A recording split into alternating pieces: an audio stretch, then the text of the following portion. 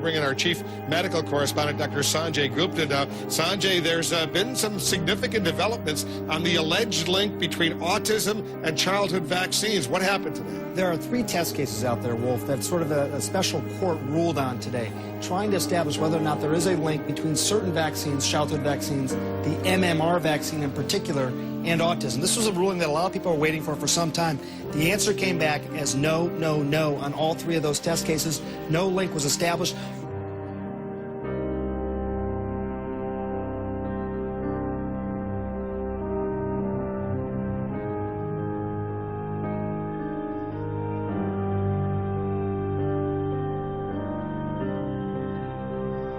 About 20% of children with autism will regress between often the first and second birthday. So statistically, it has to happen where some children will get a vaccine, they will have been fine, they get the vaccine, then they're not fine anymore.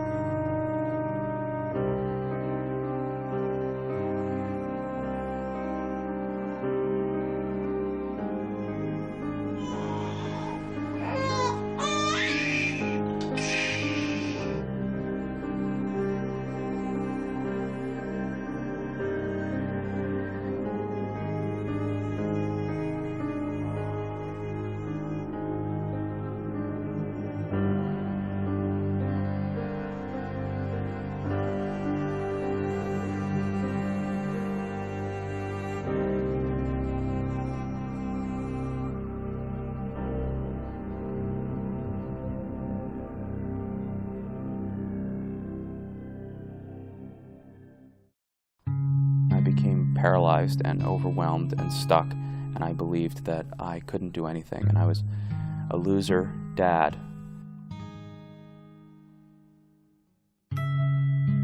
I heard the word autism. He didn't say it directly to me. I actually heard him on the phone saying, "Hold my calls, I'm working with a child with autism." I saw my normal, healthy, developing child start to lose all of his language, all of his contact with the world. He no longer responded to his name. He no longer recognized his parents. I want it to go away. I really do. You know, we have just caused so much injury to a whole generation of children. I feel guilty that I let it happen. I feel like my job as his mother was to protect him, and really what I did harmed him. You know, I thought I was doing the right thing, but I wasn't. Regressive autism is that your child does develop typically, and he does look like this true, perfect little thing. And then all of a sudden you wake up and they're gone. You kind of lose touch with the real world because most people don't want to be around your kid. There's a death of what you wanted for your child and what you thought your child was.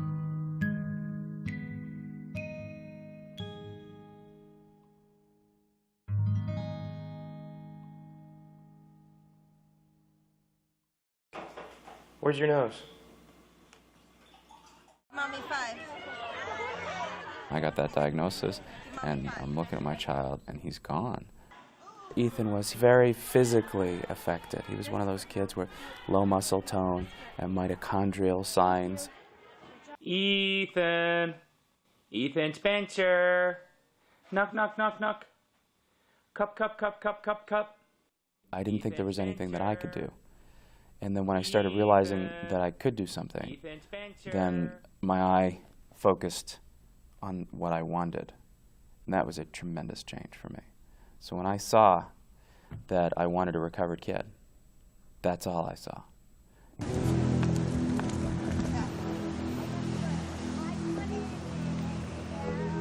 Robert could yell or scream for 45 minutes straight and not stop.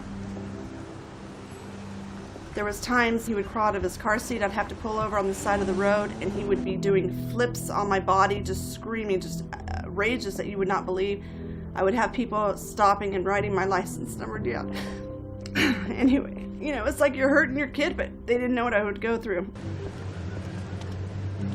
I could not bathe my son I'd have to close my windows and my doors in my house because I really thought they're going to turn me into the social workers and think we are like burning the kid or doing something. It just got to the point where we stopped going out to places. It was too hard.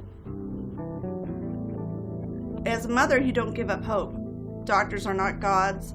They can't decide how my son, there's a thing with me, it's like, okay, I have a problem here now, let's just go on and let's fix it. So I just believed there was something I could do for my child. I remember this one especially, they recognized their body parts. And we thought, are they all geniuses?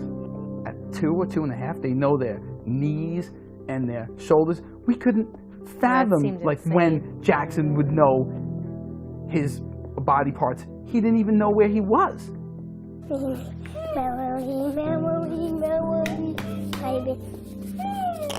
Life is good job. Like, even though he was our first kid, we realized this may not be normal. You know, staring at your hand for 30 seconds or a minute or even 2 minutes, you know, might be a bit much. And then, you know, spinning things at like 9 months for like an hour. I think one time we watched like The Sopranos and we didn't say anything. He just spun things for an hour and we thought, you know what? A light went off. Something's up. For so there were those moments, but then there was the official moment when a professional said that he had autism.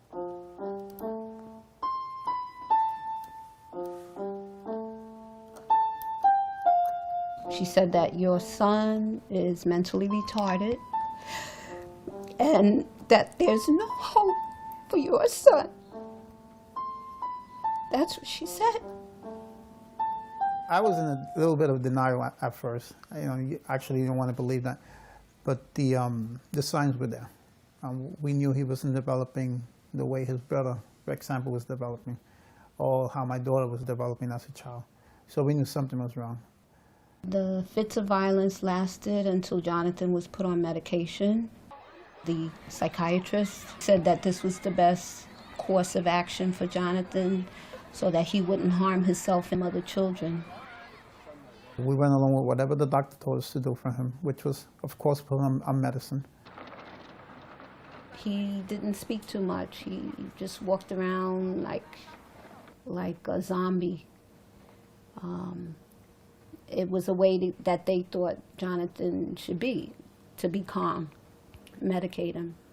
Jonathan had told me one day, Mom, I want to kill myself. And I looked at him, I said, Jonathan, what did you just say? I went back to the psychiatrist and he said, oh, your son is depressed now, he should be on Ritalin. At that time, Jose and I walked out of his office. We looked at each other and we said, enough, enough. Drew actually was developing typically, you know, so, and I really kept a close eye on him because of what was going on with Nick. And Drew just reverted. He lost skills. He was saying words from picture books, and he was a little over 2. He was a little younger when he got the diagnosis because, you know, I was looking out for it. So, you know, took him to the same neurologist and had the same diagnosis. And, you know, it's devastating. It's devastating, yeah, you know. Because you go through it with one child and then for it to happen with the second child, it's just, you know, what's going on? You want more? Yeah. Here you go. It's hard because they're nonverbal, and that's the most frustrating thing for me. You know, not getting to know them. You know, I want for them to be able to tell me what they want, what they like, what they don't like. It's not just about, you know, being like everybody else or, you know, being able to go to school and go to a typical class. And it's not just about that for me. I really want to know who they are, what they like, what they don't like. But they're happy, you know, and they're healthy. And so far, so good. That's the best I can go on.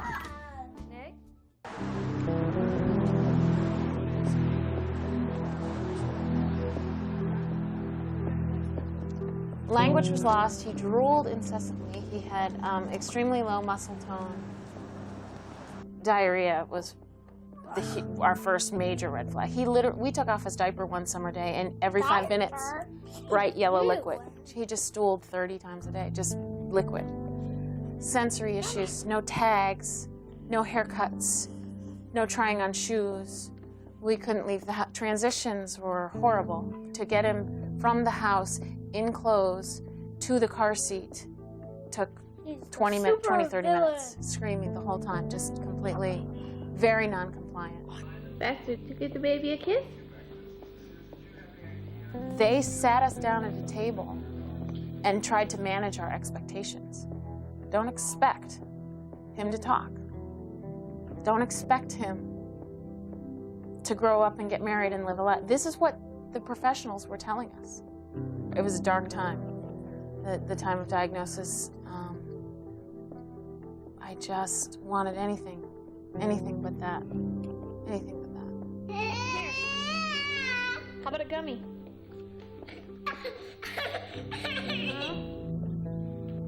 You sure? When it actually became true to me, I got angry, and it lit a fire under me, and I started researching. An epidemic of autism is plaguing America. Our children among the most chronically ill and disabled. Autism is a devastating neurological and biological disorder. I'm home, sweetie. It is typically diagnosed in children between 18 months and 5 years of age. Some children are severely affected.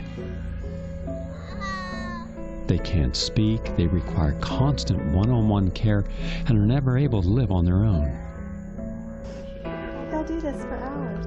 Repetitive behavior, violent tantrums, and a lack of eye contact are a few of the many symptoms.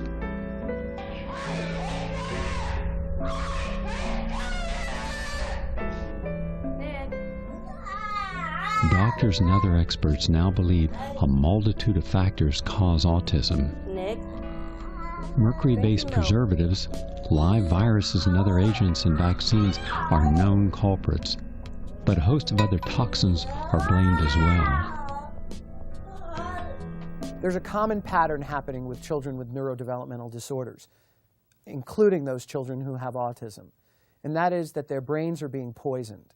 Their immune systems and their nervous systems are incapacitated by the degree and the intensity of the information, that is the food, the water, the air, the skincare products, the amount and intensity of stimulation through their nervous systems, and the toxins that we're delivering past their skin through injections with vaccinations. All of this information, all of this stimulation is overwhelming their immune and nervous systems, and they are being poisoned. Poisoned to the point where their bodies are losing the capacity to handle what they're exposed to and to be able to detoxify sufficiently enough so that they can have normal brain, normal immune, and normal nervous system function. All of the toxins, chemicals, allergens in our environment. That's making not only their brains, but their guts and their immune system sick. It's about the worst parts of human nature gone awry, and our lack of ability to realize what is important. You know, that our children even telling us that we are sick, that the environment is toxic, that we're doing the wrong things. They're telling us. They could not tell us any louder than not speaking.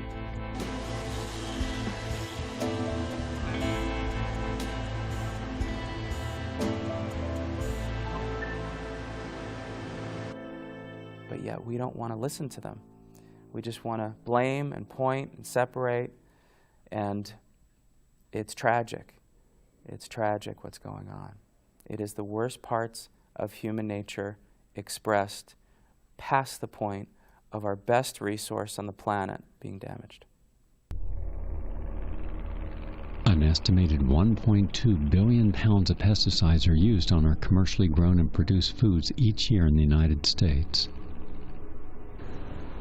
Consuming a diet of chemically treated foods laced with neurotoxic herbicides and fertilizers has shown to affect the development of the brain, the nervous system, and the immune system.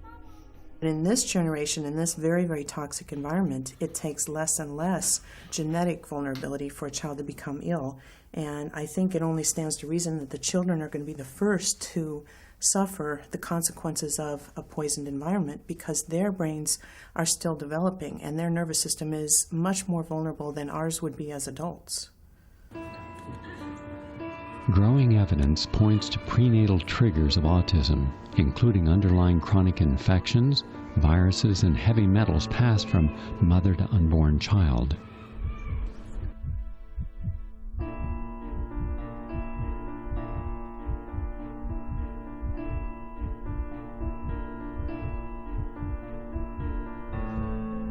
The big things for Ethan was he was born with eczema. Moms can have infections that are passed on, and these infections are involved a lot of times in these kids. Bless you. So when I go back and I see day one of life and I see eczema all over his body, he actually had eczema before day one of his life. So he had it, you know, during gestation. We worry that our patients have a toxic burden at birth because we've done testing on the mothers as well. And the mothers have a toxic burden that they're passing on to their children during the 9 months in the womb. Today, 1 out of every 6 women of childbearing age is thought to have mercury levels already in their body that could cause neurological damage to their unborn children. And I know we do everything we can to be healthy when we get ready to have a child, and I think a lot of people aren't aware of mercury. It's not on the radar screen like lead is on the radar screen, but it's actually much more toxic. When I move his arm, there's some resistance there, and there's nothing. There's much debate over the causes of autism. Some attribute the rise to an increased awareness of the condition and better diagnosis by their pediatricians.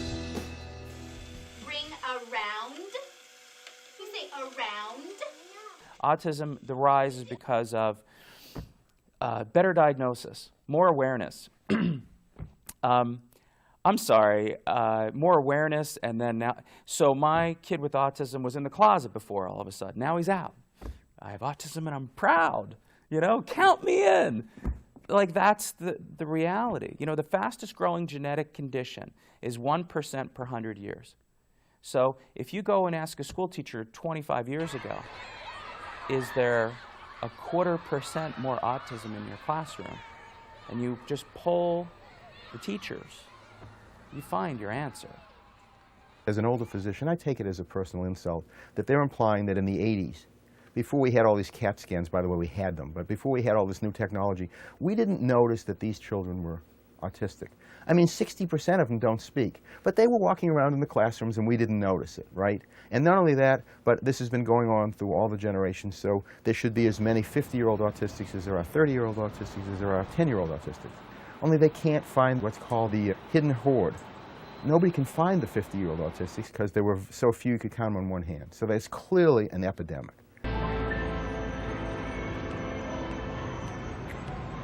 To give you some perspective on this, when I was a resident, it was 1 in 10,000 children. And the latest figures are 1 in 150 children in this country have an autistic spectrum disorder. In some of the states, like New Jersey, it's now exceeding 1 in 100. When it's all settled and everybody gets counted, the rate is going to be between 1 in 10 and 1 in 30. Certainly no lower than 1 in 50. 1 in 5 children are now in some form of special education. This is the bigger problem. These are children whose levels of poisoning may be more subtle and maybe a little bit more diminished.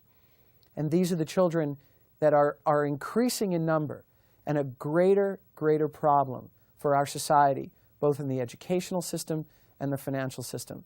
These families are running all over the place to get them to learn and speak and maintain eye contact and interact in a way that appears that they're socially and academically appropriate. This is a huge problem. There's something that has changed in those last 2 decades that has caused the tremendous rise. It's not just us as physicians being better diagnosticians. Autism is a clinical disease. We're not necessarily better at making those types of diagnoses than we were 20 years ago. So something else has changed, and we need to look at what's changed. Boys are much more dramatically affected than girls. Many more. 4 boys to every girl gets autism. 8 boys to every girl becomes Asperger's or some other neurological symptom. If anybody goes into our school system today, you look everywhere. Our children learn differently. I think teachers are getting a bad rap that they're not educating our children, but our children learn totally differently than the way they used to 10 or 20 years ago.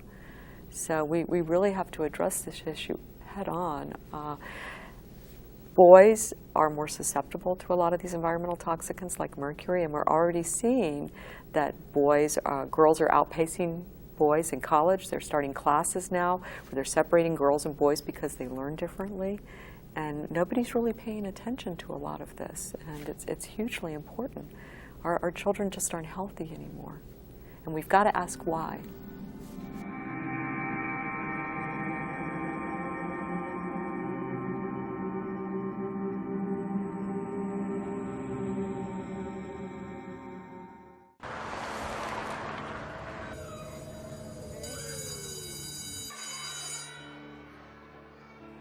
If 1% of those children were all of a sudden kidnapped, we'd drop everything as a society to find those kids. But it hasn't hit a sense of urgency or crisis. When the government wants to fund good science, when industry wants to fund good science, it's definitely capable of doing that. We did it with the Manhattan Project, with NASA and our race to the moon, with the SARS epidemic, with TB, eliminating smallpox. We've done this over and over and over again, even preparing for bird flu. But the government's sense of urgency has not yet kicked in to resolve this autism crisis. I am fairly convinced the reason is they just cannot politically look at the safety of vaccines because too much is at stake.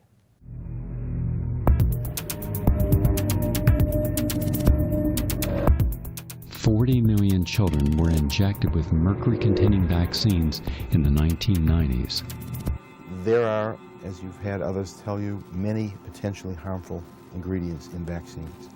However, there's one ingredient that stands out so far above all the others that it's the one that we totally look at, and that is thimerosal. Thimerosal is ethyl mercury. It's been in vaccines for over 60 years.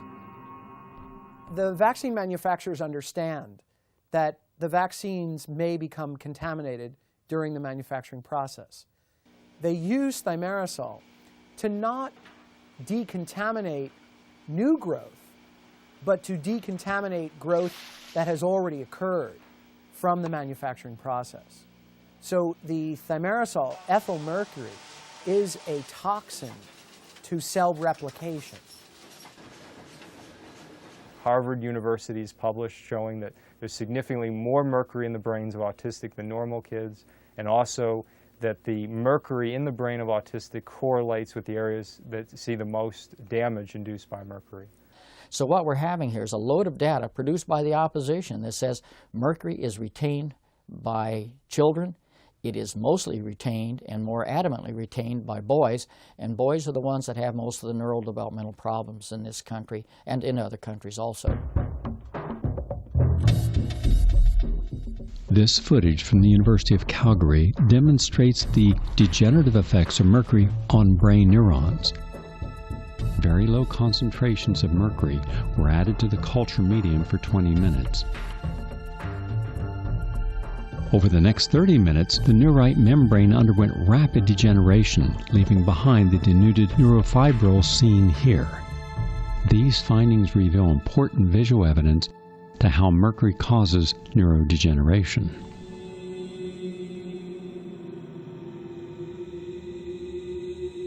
When we talk about mercury, unlike most poisons, we're talking about something in parts per billion that's poisonous acutely to human neurons. Something like lead is an example. That's in parts per million, 100 parts per million, 500 parts per million. Mercury is so toxic that at less than 1 part per billion, which is something that's so small you can't even imagine it. Roughly, if you go to your salt shaker and you take 1 grain of salt and you throw the grain of salt in the average backyard swimming pool, that's 1 part per billion. You can swim in that swimming pool if you put that much, almost anything else in, but it's deadly with mercury. Mercury is one of the most toxic substances known to man. By 2009, the Center for Disease Control and Prevention and the American Academy of Pediatrics recommended a total of 69 doses of 16 vaccines to be given to children in the United States.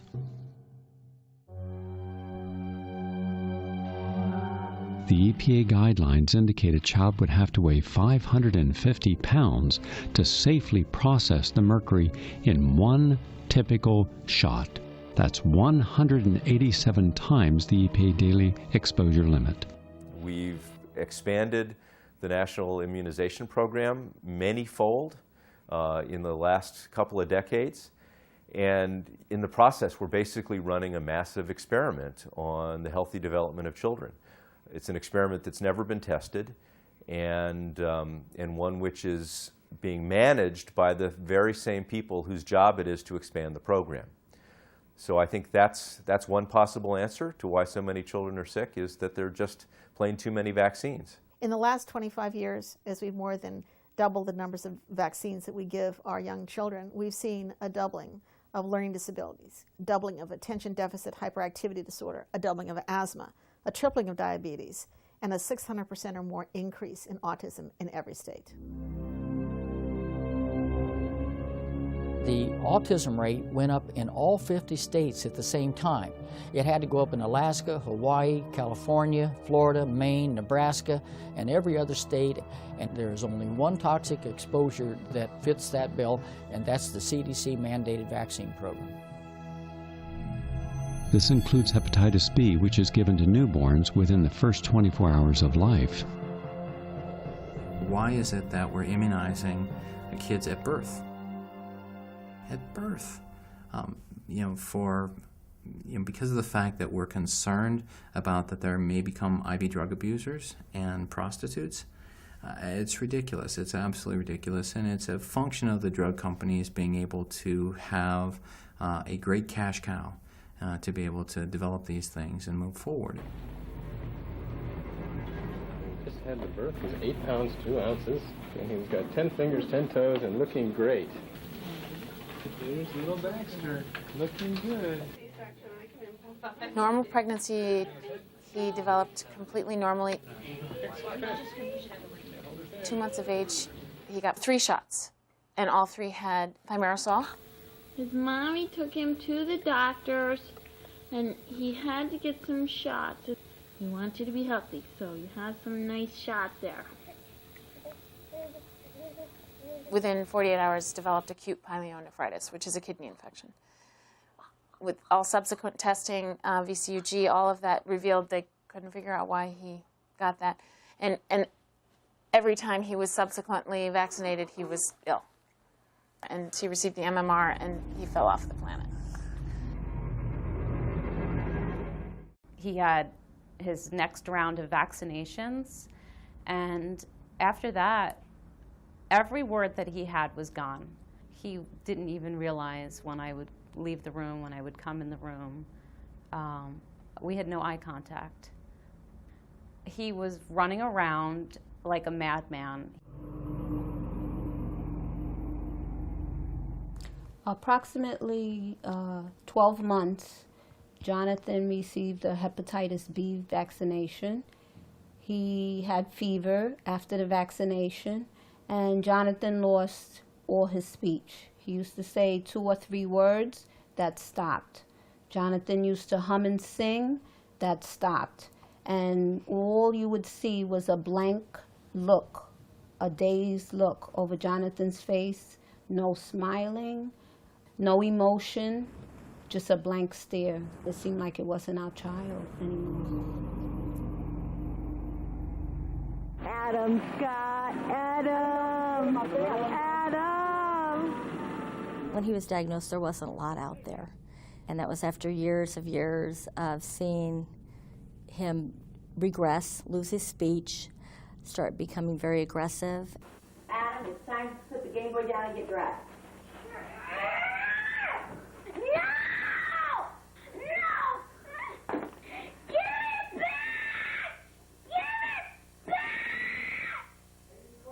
Of course.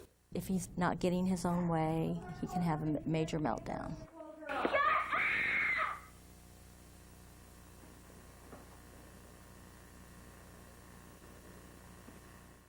When he was born, he needed many tests. And so he was constantly on antibiotics to avoid infection. He had brain inflammation that he needed surgery for, where they took bone out of his skull and his spine to give his brain more room. He has, I feel like, just global health issues. And he had surgery at 3 months old on his kidneys. So while he had surgery on a major organ, and while he was on, morphine and painkillers and more antibiotics, he was getting vaccinated. And basically his entire immune system was destroyed.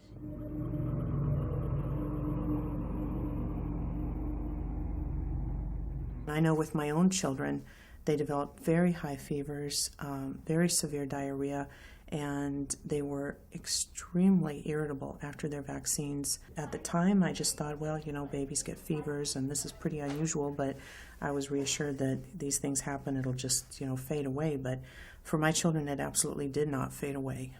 They developed not only inflammation in their bowel and chronic inflammatory bowel disease from that point on, but I believe inflammation in their brain as well. He got the MMR and completely changed. He went right into chronic diarrhea. He had diarrhea for 5 straight years.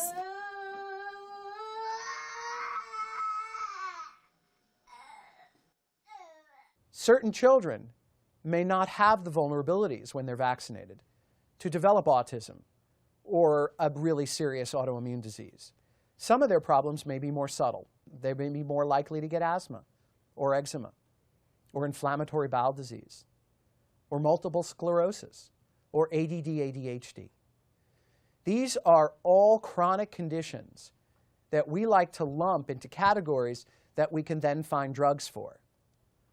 But we in the population need to understand that we might be creating these illnesses, that all of these inflammatory illnesses are merely the ways in which our children express the dysfunction of their immune and nervous systems at the hands of multiple factors, one of which may include the injection of toxic ingredients from vaccines.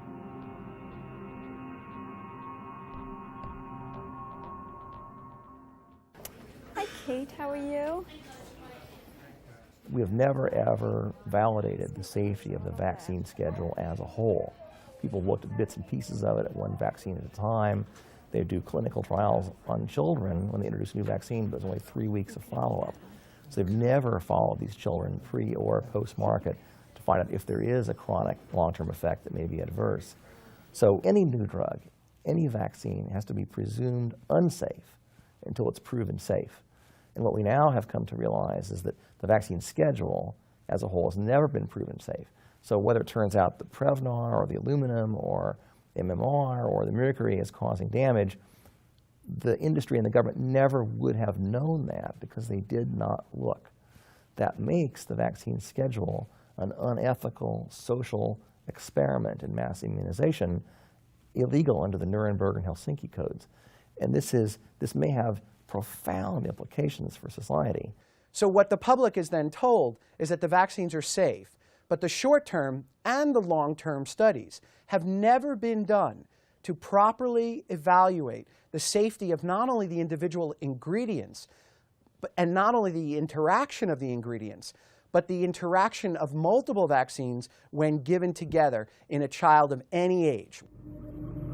When I was at the NIH, we were more concerned on what are we doing to get thimerosal out of vaccines. That was our focus as a committee.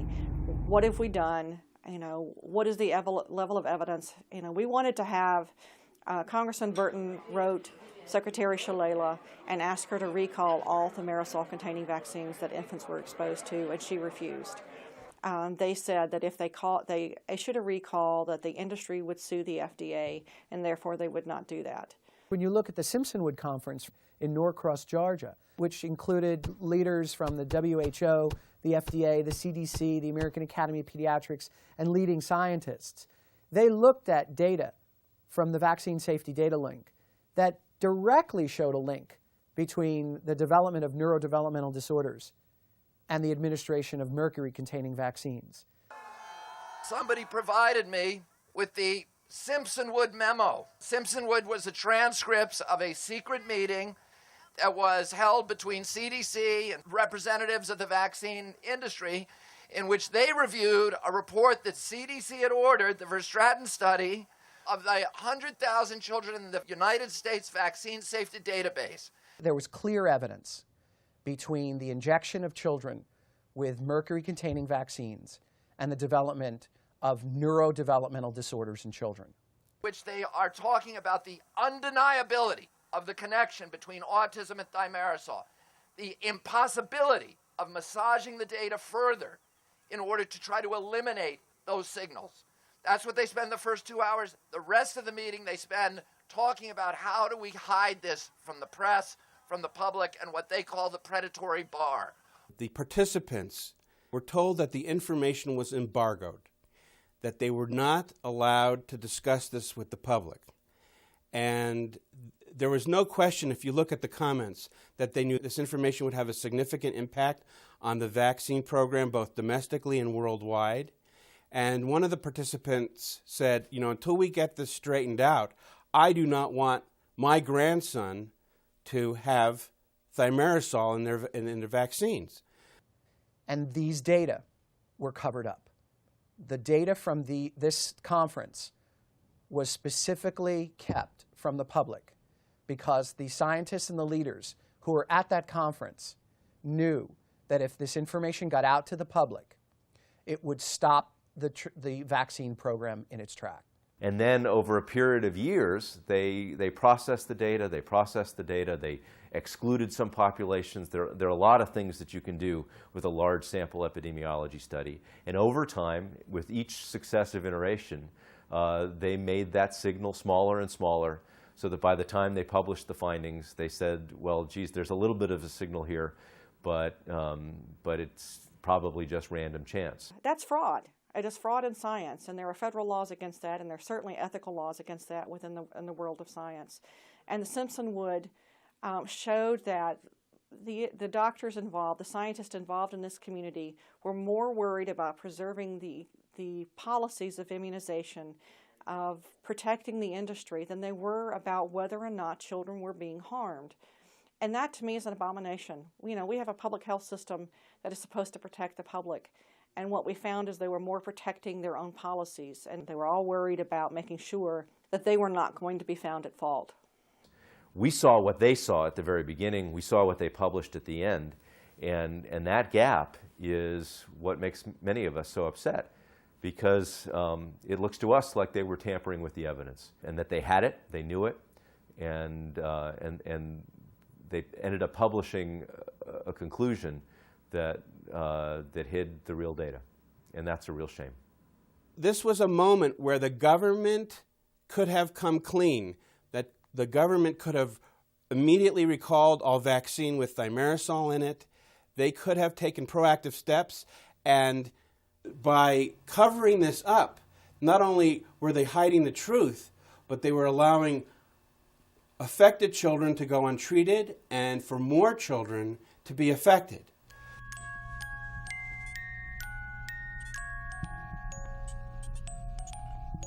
What we need to do is show parents that very important information has been covered up.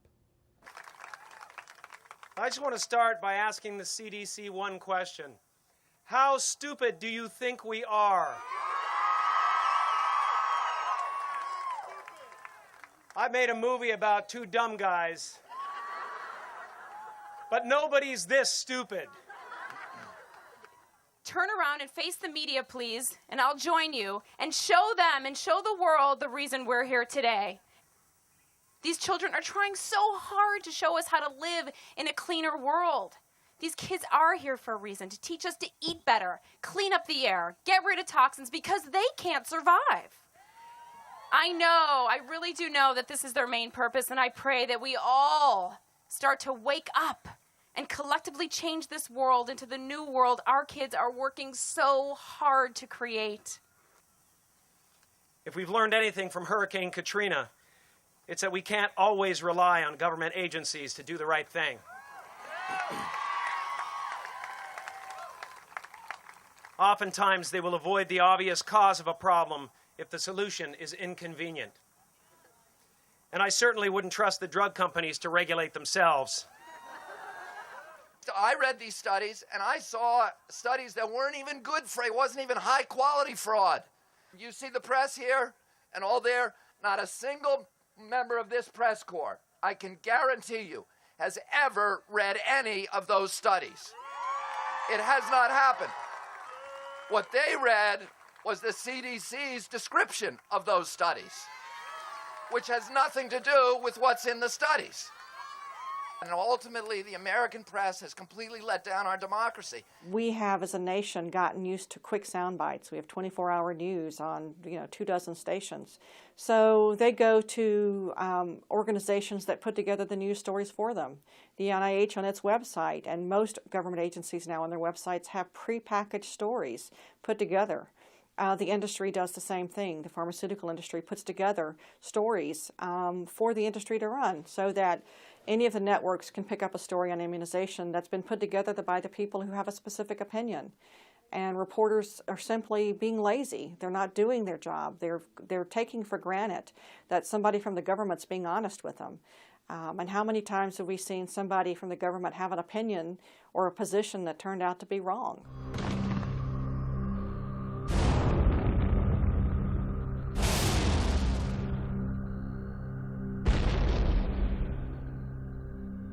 "30 years ago, I was involved in a serious investigation of vaccines, and I called various media people, including the New York Times, with evidence that there was a serious vaccine regulation problem in the United States.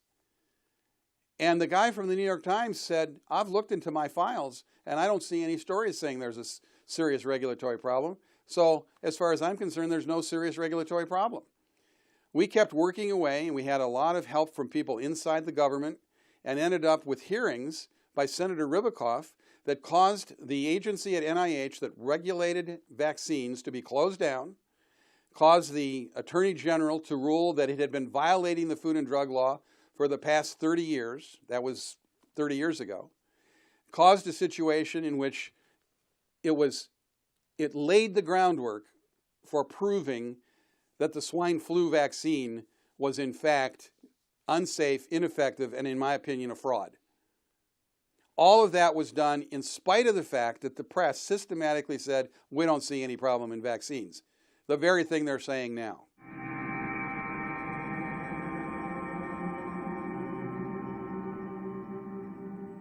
There was a recent study in 2008 looking at the relationship between children who had gastrointestinal symptoms and autism, and those children who just had gastrointestinal symptoms, to identify whether or not the measles vaccine was related to their development of autism. Now, this was a very small sample size. 25 of the children were in the study group, 13 were in the control group. They made it out to be that this study was definitive evidence that there is no link between vaccines and autism. Now, anyone who knows anything about statistics and studies knows that 38 children is not a sufficient number of children to study to make any definitive conclusions about. And you also have to look at who did the study, and those bits of information don't come out into the public. Unfortunately, what happens is pediatricians and family docs hear the literature and take it as gospel, and then start reporting to parents all over the place that indeed there are no worries about the relationship between the development of autism and the administration of vaccines. But the docs aren't looking at the studies. And unfortunately, what happens in our society is if there's a select group that makes something a truth and enough people hear about it, then a lot of people are going to believe that it's true without actually investigating for themselves. The argument that these ideas about vaccines are based on science is actually not a sound argument. Most of the research that's done on vaccines is paid for by people who are either manufacturing or selling vaccines. These people are biased in what they do. All of the safety studies done on vaccines are done by the companies that manufacture the vaccines. The approval of the safety and the approval of the administration of these vaccines is most often done by the employees of the vaccine manufacturers as well. This is a huge conflict of interest. If we want to understand whether these vaccines are safe, we need to have independent researchers looking at these studies and doing them without the financial and the medical interests that are influencing the decision making. The American Academy of Pediatrics is the union of pediatricians. And one of the things I think you learn about unions is that their job is to advocate for the livelihood of their members. And I think pediatricians are by and large wonderful people. They get into the business of pediatrics because they want to help children and make them healthier. It's a very difficult thing for most pediatricians to come to grips with the idea, even the suggestion, that their care of children may have caused more harm than good. The CDC and the FDA and even the NIH continue to say there's no evidence of harm because they are only focusing on the epidemiological studies that the CDC funded. They are not looking at the studies out of MIT and out of Columbia, the studies that Dr. Haley has done. They have completely ignored the hard science, which to me is an absurd thing because at the NIH in the 90s when I was there, you only looked at the hard science. Epidemiology was something that was not given the high priority that is given today in this discussion. This whole process is designed specifically to make a market for vaccines. And behind it all is Merck Sharp and Dohme as one of the major forces, Merck now, who's gotten hundreds of millions of dollars from the federal government to create vaccine production, distribution, and collect billions of dollars in selling those products. No one who works for a company should be allowed to be on those committees. No one who works for an agency that distributes those vaccines should be allowed to be on those committees. And when the federal agencies are there, they should be counterbalanced by people who are in fact seriously concerned about vaccine safety. People who are elected to office, who are selected to committees, are often given donations for their campaigns, are often given salaries by the companies that have a vested interest in policies and legislation being passed that mandates vaccines to our children. The public doesn't want to believe this, but we need to, because there is a conflict of interest, because many of the legislators and many of the scientists who are operating supposedly in our best interest are being given money, either in campaigns or in salaries, to support the continuation of the vaccine program. We had a lot of conversation at the committee level with doctors who were doing research in vaccine injury. Everyone who came before our committee and testified in a public forum lost their NIH funding. Many of them had to, change academic institutions, and their funding dried up. That's an important conversation that really has not taken place in the public yet. So what you see in the face of good science and rigorous research and courageous people is that the right kind of scientific behavior is punished.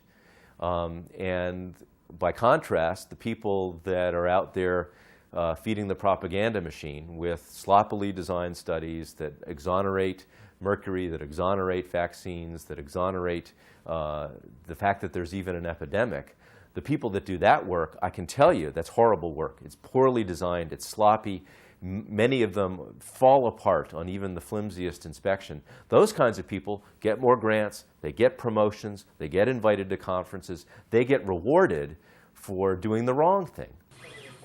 The increasing concern about ethyl mercury led to the removal of thimerosal from most childhood vaccines in 1999 to 2001. However, these vaccines still contain trace amounts of thimerosal, which is stated on the CDC's own website. When they say there are only trace amounts of mercury, Most people don't know that those trace amounts are above toxic levels for drinking water.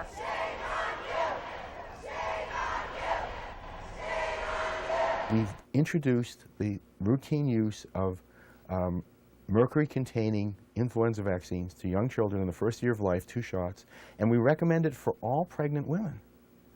That's an amazing recommendation. I don't recommend flu shots with or without thimerosal because I'm from the OBGYN world. We tell our pregnant women, we're not sure anything is safe, let's do nothing. And yet they give them influenza shots. You know, I've done 40,000 women I take a history on that I've done amniocentesis and counseling on. Pregnant women very rarely get influenza. I mean, occasionally, but very rarely. We tell them not to take an aspirin if they can help it. But they're going to give them influenza, which if you look up in the PDR, the Physician's Death Reference, is a Class C drug. That means its safety has never been tested, forget about the mercury, never been tested in pregnancy. We're recommending it for all pregnant women. This is beyond belief.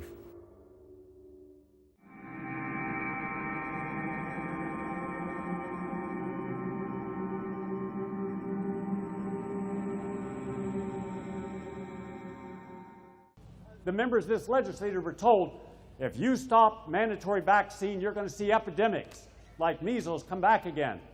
Really? Did you actually do your homework? Well, I did. Here are the actual government statistics from 1838 to when the vaccines were implemented in 1967. High back then, dropping. Guess what? We had better sanitation. We had cleaner water. We were pasteurizing milk. We had public health measures.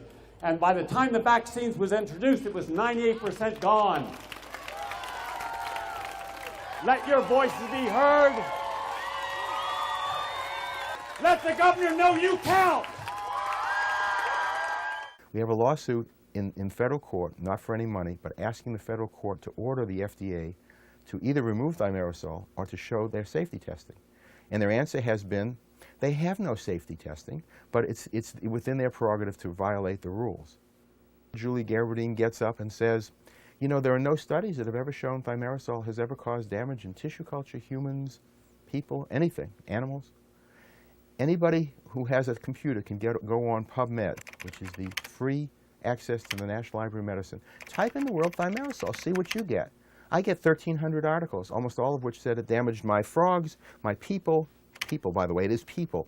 There were 11 babies that had thimerosal put on their umbilical stumps to keep them sterile. 9 of them died and 2 of them were brain damaged. When parents go to doctors, the doctors scare the parents into believing that somehow their children who are not vaccinated are carrying some secret organism, some secret virus or bacteria that no one else has in the community. And if they don't vaccinate their children, that somehow their children carrying those special viruses and bacteria are going to infect those children who are vaccinated. Well, number one, if a child is vaccinated and a parent believes that the vaccines are safe and effective, then why are they afraid? Why are they afraid that their children are not protected? And number two, all children and all adults breathe the same air, are living in the same community, and are exposed to the same numbers of viruses and bacteria. So children who are not vaccinated are at no greater risk of carrying or harboring any of the vaccine preventable diseases than children who are vaccinated. This is an unfortunate myth that keeps getting passed down one after another. There's tremendous pressure on a news reporter not to really cover the mercury side of this issue. And the reason is that if you attack, as a media person, the CDC, the FDA, you're killing the golden goose, so to speak, because most of their stories come from those people, and if you offend them, you're not going to be able to talk to them again. So there's a certain amount of non-coverage bias, particularly among the big station networks that really rely on the CDC and the FDA. It's an impossible challenge to the AMA to be completely unbiased. If you have a company, you know, Merck or Wyeth or any of the large pharmaceutical companies buying 10 or 12 pages of advertising from you, and you're about to have a research study published that has a negative outcome for one of their top money makers, How do you do that and not lose your advertising? That's an impossible situation that they face every day. So studies that should get published don't get published.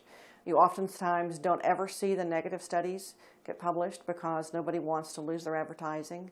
You also have relationships with pharmaceutical companies actually having ghostwriters do the writing and then have somebody who's in academia put their name on the study. This is a violation of scientific ethics and is just now beginning to come out. The AMA and the New England Journal of Medicine and others are faced with challenges. You know, the New England Journal of Medicine about 8 years ago had to change their editorial publication policies because they could no longer find individuals to write editorial reviews who didn't have financial ties to the industry. So they changed their rules. So you can't even trust journal articles anymore unless you can verify that they are truly independent. You have to actually look up who these people are who write these articles. Are they on the payroll of pharmaceutical companies? Are they getting unrestricted grants? The flu vaccine became an important item, again produced by Merck, because it was the only vaccine that you took annually.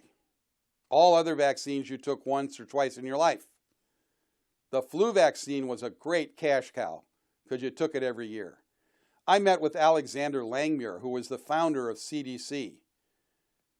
He at that time was an emeritus professor at Harvard University, and discussed the flu vaccine with him. He was at that time about a little over 70. He said, I would not take the flu vaccine. My wife does not take the flu vaccine. No one should take the flu vaccine. And in fact, when I was head of CDC, I wanted to make that as a public statement, and I refused to say that you should take the flu vaccine. That's why I'm now a professor at Harvard. He got fired for that. That was what he told me. That flu shot by itself would be enough to potentially cause an autism epidemic. We must get it out of the flu shot. And virtually 100% of the flu shots given to pregnant women have mercury. Hi, how are you? Okay. Mercury in childhood vaccines is not the only toxic ingredient. Aluminum is another potent toxin present in vaccines. Mercury and aluminum together can exacerbate metal toxicity in a child and trigger autoimmune reactions. In our studies, when we took neurons in culture and treated them with 50 nanomolar, which is an incredibly low amount of mercury, where they would die in 24 hours, you would see a slow death rate of the neurons with thimerosal alone. If we added the amount of aluminum in the vaccine at that time to that thimerosal, we would see a 60% increase in the death of neurons at about 12 hours. So aluminum enhances the toxicity of thimerosal. And this is not just our find. This is something that was reported many years ago, that thimerosal, when it reacted with aluminum, became much more toxic. We'd have to really go back and look at how much we've ignored decades of observation, decades of experience, and decades of science that have been done but have been ignored. Just taking out thimerosal is not going to change that sequence of events. So we have to go back to square one and look at the whole vaccine program, what we're doing, all the contents of these vaccines. It's a bigger picture than just that of thimerosal toxicity. The evidence is blood, it's urine, it's feces, it's hair, it's brain. It's pretty much anywhere you want to look. If you're an honest person looking at this, you will seek and you will find the answer, and it is mercury.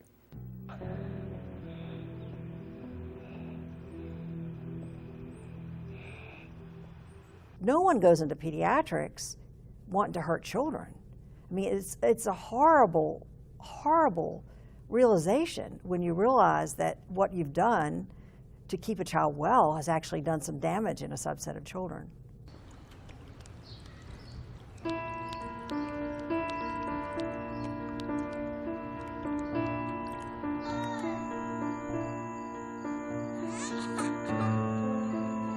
Nobody wants to say that we've poisoned an entire generation, almost 2 generations of American children.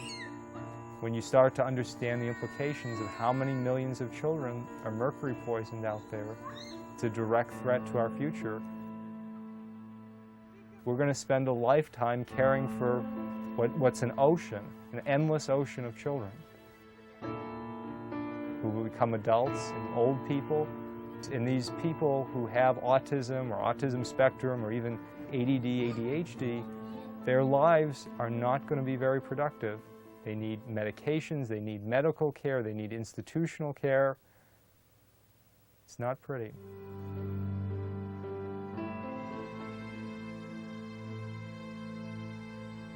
It's the most shameful thing ever, that we have devastated our children, that we have put them in harm's way. We chose to do it, and we're choosing not to look at it. What kind of human beings could we be? How shameful is that? And imagine being, someone whose career was based on trying to help society, and it turns out that the evidence starts to come in that you didn't mean to, but it turns out that you were hurting some folks, that you were hurting children, and your whole life you thought you weren't. How do you deal with that shame? There are a variety of treatments that people have tried for this group of children. And one of the things that I would caution about when we think about children with autism is that these are children with a variety of presentations. We don't talk about autism anymore, we talk about autisms. And one of the things that's really important about that is that not every child is going to respond to the same intervention. The only way you can have your best chance of recovery is to be in the best possible nutritional status and lead a healthy lifestyle. And I think we all know that Americans don't do that.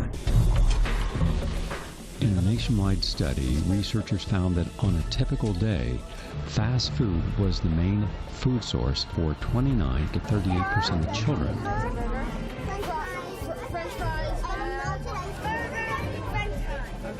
When I interview families for the first visit, I'm trying to get a picture of how well the child eats, because I want to get a picture of nutritional intake and nutritional status, and then I do testing to determine exactly what those things are, whether they're mineral deficiencies, vitamin deficiencies, protein deficiencies, and to the best of my ability I correct those, which usually involves healing the gut, because in my practice 80% of children with autism have significant bowel disease. I'm classically educated. I did my residency at Tufts. I've done 2 fellowships, one at Harvard and one at Tufts.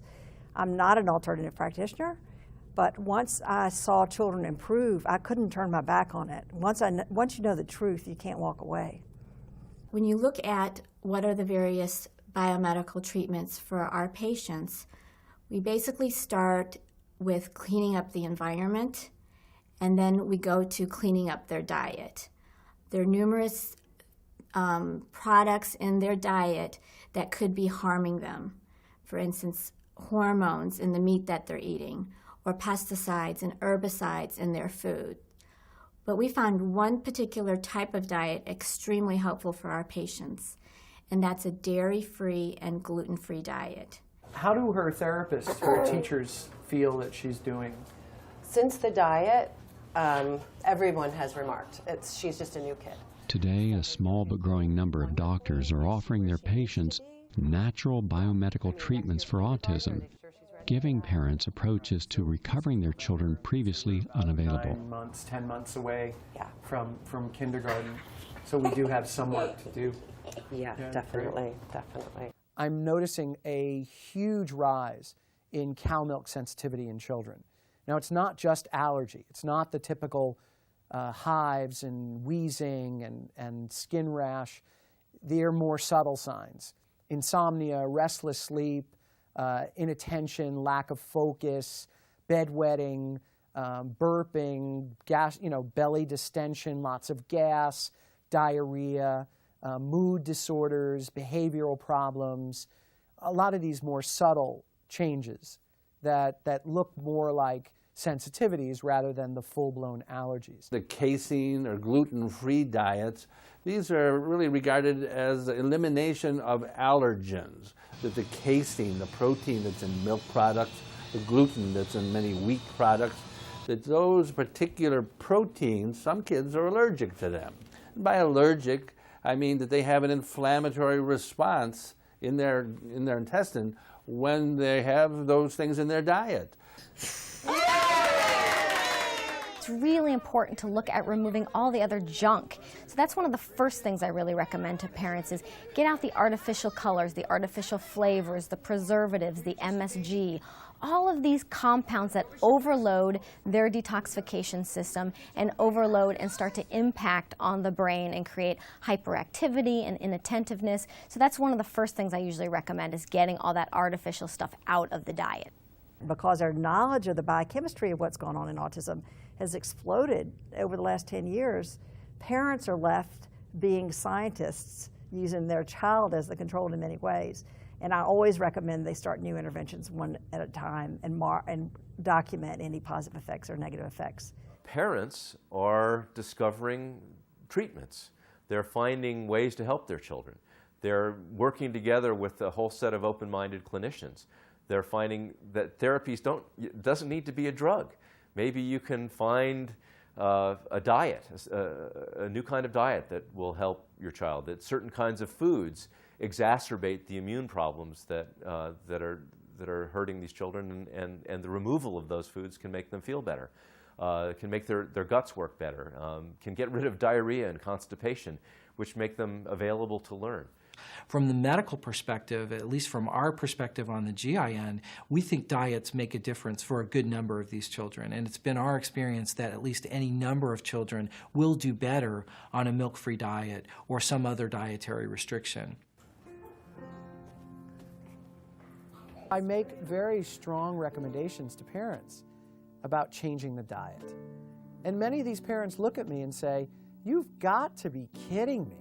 You want me to take away milk, cheese, yogurt, ice cream, sour cream, soy products, dyes, preservatives, additives, food colorings, MSG. You want me to limit the amount of flour and sugar and cereal and bread, pasta, crackers, cookies, pancakes, waffles, donuts, muffins, pretzels, bagels that they're getting? What are they supposed to eat?" Every parent that's able to go with the changes sees some difference in their children. Again, we don't know the limitations of these children, but little by little, as we peel the layers of an onion, we start to see these children emerge, and we really can get in there and take care of them the way they most individually need. And these children do really well. Thank you. You're welcome. Hey, Jax. After taking Jackson to a biomedical doctor who told us to take like everything out of his diet, everything. And I remember thinking the doctor was crazy. And within 3 days, he had his first normal bowel movement that he had had in over a year. I can remember my husband urging me to initially go gluten-free, casein-free, GFCF. And no, I'm not going to do that. And it was with much reluctance that I decided to try the diet. He liked bagels and cream cheese and pancakes and macaroni and cheese and pizza. You know, you put gluten and dairy together, and that was his diet. So I pulled everything. And he had 2 weeks of, he literally cried 24 hours a day, and I just didn't give in. And in fact, it was sort of like at my husband, like, I'm not, see how awful he is? And at the 2-week mark, you could just see the fog lift. You could see the eye contact come in. He stopped crying so much. What's this? A wheel. That's right. A wheel. He had perfect stool, stopped scripting, graduated occupational therapy, and then we redid a test. No bacteria. He had a bunch of very bad bacteria in his stool. His yeast was off the chart, plus it was just so bad. No yeast, no bacteria. And the levels of intestinal inflammation were 5 times the high end of normal, were down in the normal range. The speech teacher said, what happened? You know, what's going on? All of a sudden he was engaging in speech, and literally he took off like a rocket at that point. You got to heal the body. Now we buy organic fruits and vegetables. We limit any type of things with dyes in it. The body has already been damaged by so many toxins and mercury and what have you, that these children are so ultra sensitive. You know, and I see it with my own child, that if he eats something that's got a lot of chemicals in it or dyes, it sends him off the edge. I think that diet is so important. I mean, you know, I can't say enough about it. I didn't even know what gluten was, and I went to the store the next day and said, I need to know more about the gluten-free, dairy-free diet. And they suggested that I call this person that had a recovered child, and she talked to me for 2 hours, and she took me through the store and showed me exactly what to do. And in 28 days, he was talking. We were in the floor. He had 4 packs of flashcards around him, and I said, Christian, you have to help me clean these up. And he said, Mommy. And he looked at me in the eye, and I said, yes. And he said, lighthouse, wave, ocean. And he named all 40 flashcards. And I was like, thank you, Lord, we're on the right track. Our diet was pizza, McDonald's, lots of soda, potato chips, dairy, a typical American diet. A little while, buddy. Now we're totally organic. We've eliminated all dairy. We eat fish occasionally. We have nuts, seeds, organic fruit, a very healthy diet and lifestyle now. That's a simple thing. There's no money in a diet. There's no pharmaceutical company that's going to pay for trials or going to pay for a press campaign to advertise, you know, a special diet. But the parents find that these are the things that are most helpful. Most of the things that parents are doing are simple things. They're embracing, you know, a different lifestyle. They're turning away from psychotropic drugs and pharmaceutical interventions.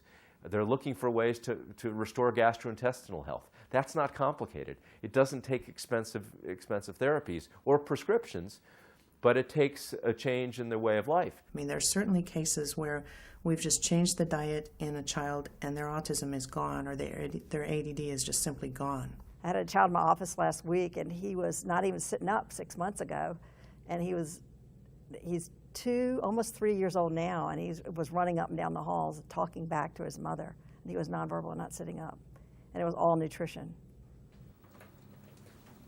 Homeopathy can be an effective approach to treating the overwhelming condition of autism. What are you looking for, Dr. If we're quiet, maybe we can... Homeopathic remedies is based on the premise of physics that every substance consists of 2 essential entities. One of material matter, and the other one is its energetic field. So therefore, the process manufacturing homeopathic remedies concerns itself primarily with extracting that energetic component of the original essence. Yet the beauty of it for medical and clinical purposes is that energetic component can elicit a certain and predictable reactions in the body. All right, no, thanks, we're done. Kevin, you're the man. I want to say thank you, Dr. Epstein. Thank you. Certainly the most important factors that the parents can address to help their children would be the diet, which definitely has to be sugar-free and even fruit and fruit juice-free initially, white flour-free, avoiding absolutely any foods that might possibly contain antibiotics, food colorings, additives, chemicals of any sort. I would like to emphasize how important it is to limit and reduce or even eliminate exposure to television sets, computers, video games, portable DVD players, and so forth. All electronic devices in our everyday life, computers, cell phones, televisions, and virtually all modern conveniences emit electromagnetic fields known as EMFs. Electromagnetic fields affect every one of us, throwing our natural electrical rhythms out of kilter. Children's developing brains and delicate central nervous systems are more susceptible to these assaults. A safe and effective approach to removing toxic metals from the body, such as mercury, is chelation therapy. Heavy metals bind to the chelating agent and then are eliminated from the body. I think of chelation as like peeling an onion. It's slow, steady. It takes 18 months to 2 years to get out these metals. They went in at different points in time. They're small amounts, and they're in different compartments. So when children initially come in, I work to heal the gastrointestinal tract wall, get the child in good nutritional status, add extra minerals to their system, and I find that chelation is a pretty benign part of our treatment once you've prepared the child well to remove those metals.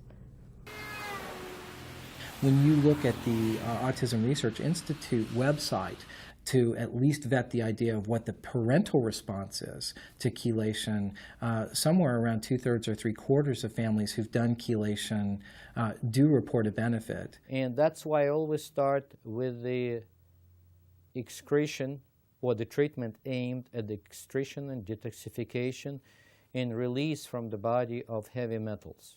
He improved greatly with dietary intervention, but not to the point of the removal of the diagnosis. 6 to 8 months of chelation, they removed the diagnosis. Just put us over that. We've just completed a DMSA treatment study where we give kids with autism a 3-month treatment of DMSA, an FDA-approved medication for treating lead poisoning. And what we found is that just 1 round of DMSA, just 3 days of it, was enough to completely normalize their glutathione levels. And that's real exciting because glutathione is the primary way the body detoxifies mercury and many other toxic metals, many other toxic chemicals in the body, waste products. Glutathione is a very, very important substance in the body. You're too heavy. Studies have shown that levels of the antioxidant glutathione are typically about 50% lower in children with autism.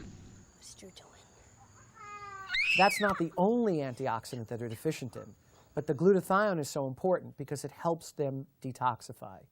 Again, part of their problem is that they're poisoned. They're overexposed and overwhelmed with toxins, and their bodies have lost the capacity to expel and eliminate these toxins, partly because glutathione is deficient. I gotta make Jackson stuff. This calcium, the probiotics. I hide everything in there. Glutathione, another thing he should have naturally but does not. I can't believe he eats this powdery and I don't want it to come out. All right, I think it's ready. Jackson! Gotta eat your bananas. The first child I treated was a nonverbal 5th grader, and I put him on his normal dietary requirement amount, small daily doses of vitamin A in the natural form, the most concentrated natural form, which is cod liver oil, small daily doses of cod liver oil. And he came back to see me 3 weeks later. I walked in the room, and he was telling his mother, leave me alone, I can get up on this table by myself. Many of the factors which were beneficial to children with autism act as antioxidants. On this, we have some good published studies. Mommy has your bananas, okay? Vitamin B6 and magnesium both exert profound antioxidant effects, and as many as half of the children with autism benefit from B6 and magnesium. Flour. The reality is that there are multiple things that can take you to autism. It is autisms. You know, it is very likely environmental toxins, including environmental mercury, including pesticides and PCBs and many of these things that are harmful. We know that they're harmful, and they're, genetically modified foods that have pesticides built into them that aren't supposed to hurt us, but we're learning that, they are. Even small amounts of these excitotoxins found in many foods can do great damage to the brains of infants and children. I get them to totally eliminate the excitotoxic food additives. MSG and aspartame should be, in any civilized society, illegal adulterants in food. they significantly increase oxidative stress in brain and are the very worst thing that I can imagine giving a child with autism.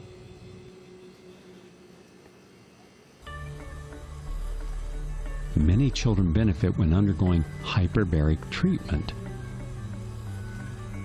The child is placed in a chamber where 100% pure pressurized oxygen is circulated. Come on, we're going in this one. It's like the ocean. This allows the lungs and the skin to absorb more concentrated oxygen in a short period of time, reducing inflammation and improving immune function. I pictured it like an igloo. And when I saw how small it was, I was like, oh my gosh, I can't believe I have to get in here. And they zip it up. It almost became an adventure. We call it the spaceship, and he says, oh, are we going on the spaceship today? And we'll, get our little portable DVD player, and we'll get in there, and we'll just relax for an hour. And it's really just kind of fun. The improvement has been really incredible. He started a lot more with the W questions, which is a big thing, like what is this, where is this, who's this, who works there? And not to forget that my son is only 3.5, so he really is on target with his age range. So these treatment strategies, they all tell us that the things that can work in some kids with autism, and it's really, unfortunately, not all kids, but a substantial number, and it's an important clue about the disease. If some kids get better when you do this, you've got to pay attention. You have to say, okay, what is the biochemistry that's helping them? So, basically, heal the gut, deal with the inflammation, and basically get the methylation, transsulfuration, detoxification pathways in order. And if you just do those three things without getting fancy with everything else, at least 80%, if not more, of these children will make some progress, if not a tremendous amount. Gotta get it ready to drive, give it a car wash. These children have unique issues and biological makeups. Their paths to recovery may involve heartbreak and defeat in achieving even the smallest victories. But as evidenced by the stories the families told here, there is much reason for hope. Okay, I think we're done. What do you think? Not better yet. It's not? Hold on. What else do we have to spray? Looks good to me. Until we get the science really directly connected to the parents in some method where we actually take the kids' data, it's coming from them, through science, and gets to the pediatrician that goes, oh, okay, these kids really do have gut issues, and here are the 10 ways that actually work for the kids that we've seen, and they seem to be safe and effective. Okay, that takes intention to learn it, process it through science, publish it, and enforce to others that it actually is true. Doctors need to teach other doctors how to be more sensitive, and certainly those of us who see large numbers of kids have gotten smarter over the years. When I started seeing this population of children, I was pretty young, out of training. I started seeing kids in the early 1990s, and there was no one to teach me how to look at these children and think about them. And so I had to develop my own sort of intuition about what these children might be saying. But I think every doc, every pediatrician, and every specialist who has to deal with these children has to go through that same evolution and learn what to do to communicate with this group of children. Can I have that? No? Okay. As a developmental pediatrician, if I see a new patient, for example, a 4-year-old who's completely nonverbal with autism, if I write a prescription for Risperdal, an antipsychotic that increases their chance for morbid obesity and diabetes, I'm considered mainstream medicine. But if I use B12, do lab tests, figure out their personal metabolic profile, and use nutrients to heal them, I'm considered alternative. I just think the paradigm has to change. We're dealing with such a huge problem right now. Hopefully the DVD player works, right? The current recommendation by the American Academy of Pediatrics is if they have autistic-like symptoms at age 1, they should give them psychiatric drugs. Very bad recommendation. None of those drugs are shown to work on autism. None of them are approved for children. And not only that, it's hard to tell at age 1. You can pick up some things, but a lot of the kids that you treat would not have become autistic, and you may damage them by giving them all these psychiatric drugs. So we wait to make sure that we have somebody that's real. But I think you can ameliorate it, but some of the damage is done. The brain forms heavily around 28 weeks, and some of that damage is done. We need to stop doing that as well. And I think as great as he is, and as far as he has come, I will never know, we will never know the true potential that he actually had. Because I don't think you can kill that many neurons. And I mean, we're always doing something, and I'm always hoping for more and more, and I'll always keep working with him. But it was stolen from us.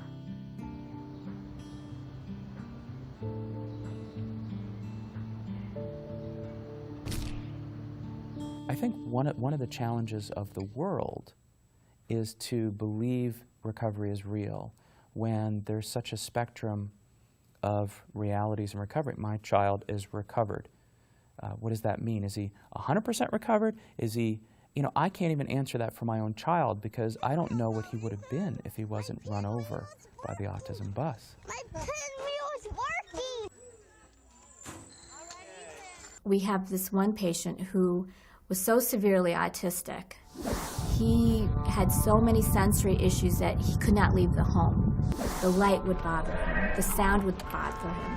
Driving in the car would bother him. He was 4 years old and he had never had a birthday party because he couldn't stand being around other children. He started on the biomedical approach with nutrient therapies. We cleaned up his diet, casein-free, gluten-free diet. We worked on reestablishing good mineral levels. He was extremely zinc deficient. Now this process takes a while. It took about 2 or 3 years. But now this particular child is in 3rd grade. He's in a mainstream classroom. His teachers never knew he had a diagnosis of autism in the past. The parents haven't even told the school system. He gets no extra school support, and he's thriving. The parents took this particular child back to the Chicago hospital for reevaluation, and they told the parents that he must have been misdiagnosed, that he never had autism in the first place. But they were the ones that diagnosed him. I've had many patients have their child completely lose the diagnosis, go to mainstream schools, and the teachers don't even know that the child ever had autism. But when they go back to their pediatricians or neurologist, they basically are almost always told it was a spontaneous remission or it was just going to happen anyhow. And the interesting part is it seems that those of us who do what I do have a lot of spontaneous remissions, and if that's what it takes, a lot of spontaneous remissions, fine. I love it because we'll collect them. The psychiatrist called up to say, I don't know what happened to this child, but whatever happened, it was wonderful. I mean, they see the improvement tremendously. In fact, that child was too bad to get into their school originally. I wrote a letter saying, check him again now that we're treating him. They let him in, and now they're putting him in their advanced high school class. That's the kind of thing that we see. My favorite shake is bananas, blueberries, rice milk. I mixed everything together with green stuff and red stuff. No wheat, no dairy.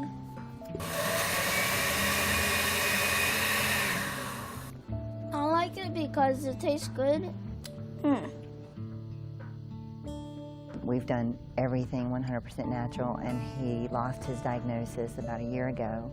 He was getting speech OT and ABA, and the teacher kicked him out. She said one day, "You're done, good job," and said he's recovered, he no longer can fit this diagnosis, and is mainstream school, academically gifted, and a quite social child.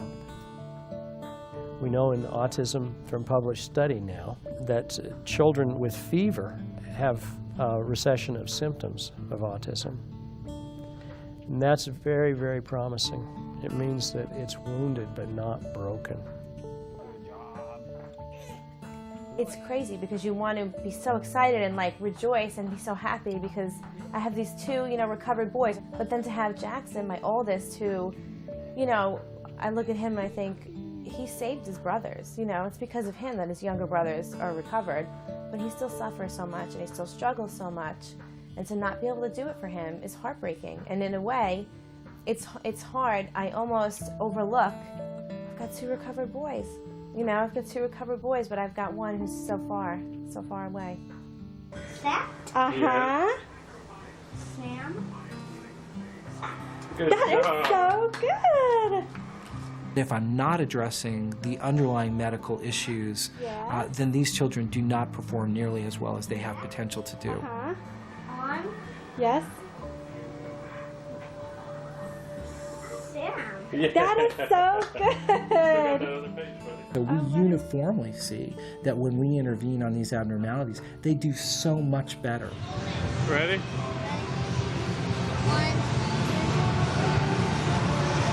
Say when we go. Go. He's recovered. He is healthy again. He's happy. Let's go. He communicates with us. He tells me he loves me. He hugs me. He plays with his sister. He reads. He's intelligent. And he's happy. We're just thrilled that we have managed to recover our son. I can't imagine what the alternative would be if we hadn't tried these things. How do you spell your name? Jack. Yeah, how do you spell it? I got all Student of the Weeks. And I'm very, very happy because I have friends now. My teacher said that I was doing magnificent progress. I like my pitching. I got a strong hand of mine. There is hope, and Jonathan has proof. Follow, you have nothing to lose. To try what Jonathan has, and us as a family has tried, a whole new life approach. Not just a diet, but a way of life. And you'll see an improvement because we are living proof that it works. Me and my wife both believe that Jonathan's going to be fine. We believe through the diet that he's on, through the protein shakes, through the chelation therapy that he's been through the vitamin, to eating organic foods, no dairy products. We believe Jonathan's going to be fine. We don't see any problems with Jonathan's future.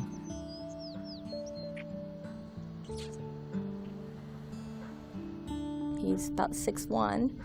His abilities are probably academically about it like a 5-6-year-old. And if you've been around 6-year-olds, they're really happy, delightful kids. So we fortunately have got that. He's a very happy boy. Sometimes I just want to say, okay, this is it. This is their life. You know, autism is a part of our life. I can just find a program for them and just accept it. And I just can't go there. There's something in me that just won't let me do it. You know, as soon as I think that I want to go there and give up, I say, okay, but, you know, let me get on the internet. I'm sure I'll find something else.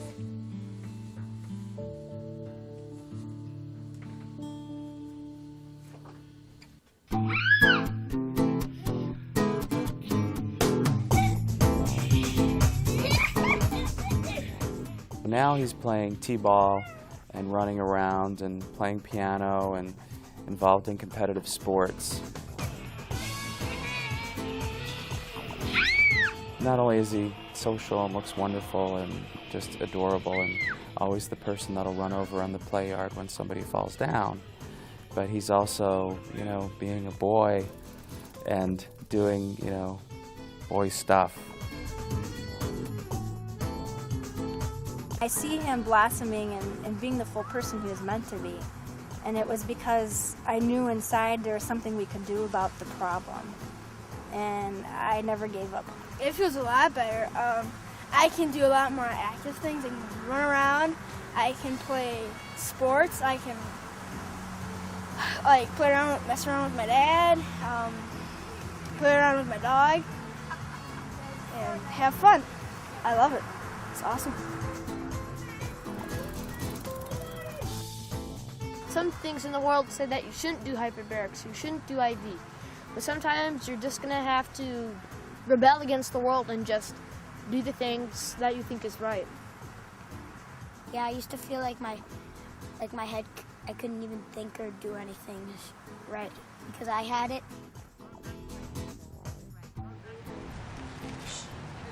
Lights! Camera!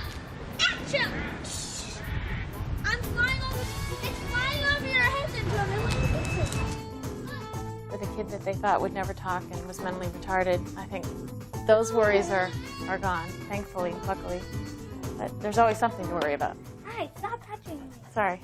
I have many children who've recovered enough that they are fully mainstreamed in school. Certainly, they still have personality characteristics that would make them be considered a little odd or eccentric, but they function very, very highly. The truth speaks for itself. My son would not be what he is today if we hadn't done a different route, and I can tell you that honestly. Maybe Superman's in there. He's a little midget guy, a little tiny guy. No, he isn't. I see him in there. He came in one day when I was in the kitchen, and he told me he loved me, which, I mean, to have an autistic child who can't talk and then to tell you that they love you, it's just like, oh my gosh, you know, it's like, you know, there are miracles that happen. Yeah, there's no Superman in there. No? She didn't know that. Many of those children are in regular kindergarten, have friends, get invited to birthday parties, and are in the top reading groups. And when they come to me at nonverbal at 2 and 3. My son is doing wonderful now. I mean, he's just made remarkable improvement from being 4 and no language and smearing poop on the wall to doing grade level work, going to a private school, you know, has friends, no supports.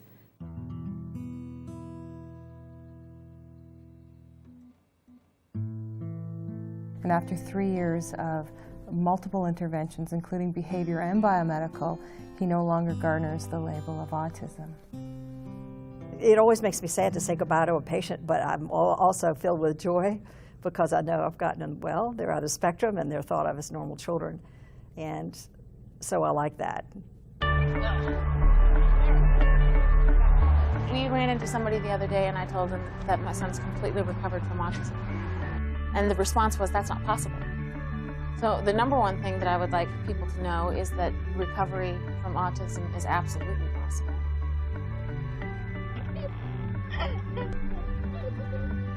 Beep, beep, beep, beep.